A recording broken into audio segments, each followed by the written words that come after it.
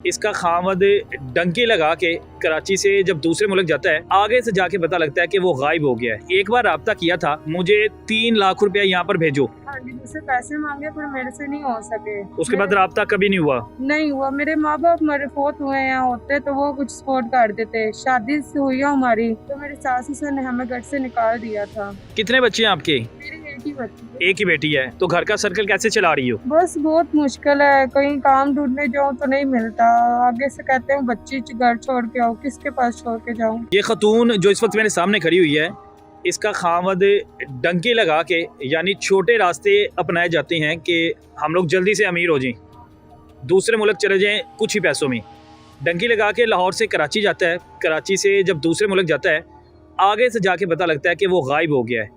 सिर्फ उसने इससे एक बार राब्ता किया था और राब्ता करके उसने ये कहा था कि मैं पकड़ा गया हूँ, मुझे 3 लाख रुपया यहाँ पर भेजो, अगर 3 लाख नहीं भेजोगी तो ये मुझे मार देंगे।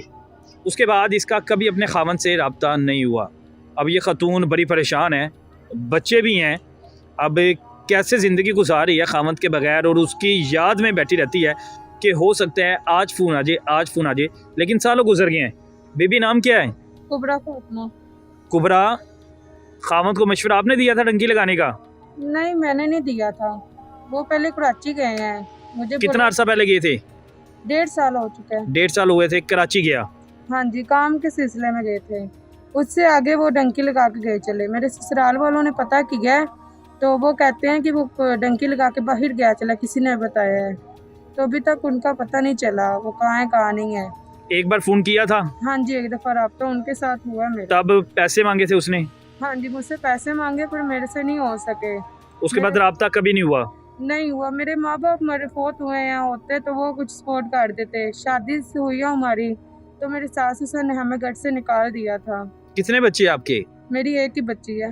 एक ही बच्ची है? हाँ जी। तो अब उसकी याद में बैठी रहती हैं। तो 1.5 साल में उससे राब्ता नहीं हुआ, जिंदा भी है कि नहीं? बस यही बहुत टेंशन है कि वो पता नहीं कहाँ है कहाँ नहीं है, कोई पता नहीं है हमें। कितने बच्चे हैं आपके? मेरी एक ही बच्ची है। एक ही बेटी है। तो घर का सर्कल कैसे चला रही हो? बस बहुत मुश्किल है, कहीं काम ढूंढने जाऊँ तो नहीं मिलता। आगे से कहते हैं बच्ची घर छोड़ के आओ, किसके पास छोड़ के जाऊँ। माँ बाप, बहन भाई, उनके पास नहीं दोबारा वापस गई? मेरे माँ बाप नहीं है, फौत हो गए। एक बहन है, वो बस छोटी है।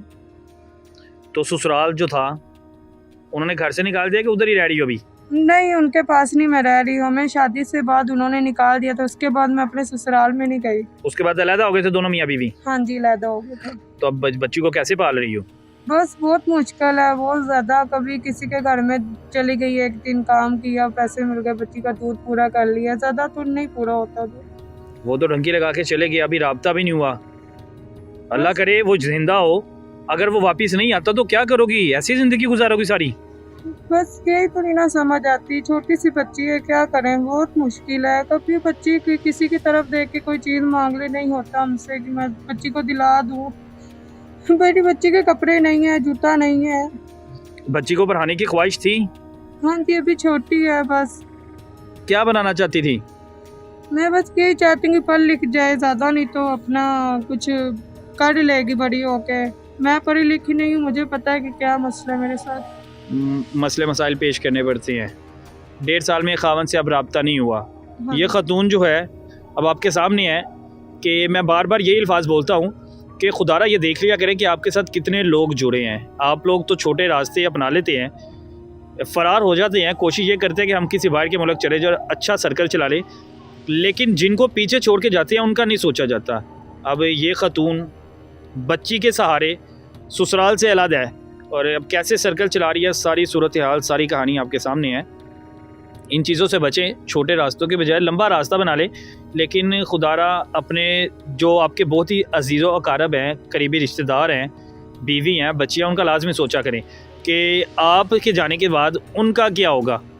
अब ये खतून और उसके बच्चे समझे लवारसों की तरह ज़िंदगी गुजार रहे हैं, धक्के खा रहे हैं जगह जगह।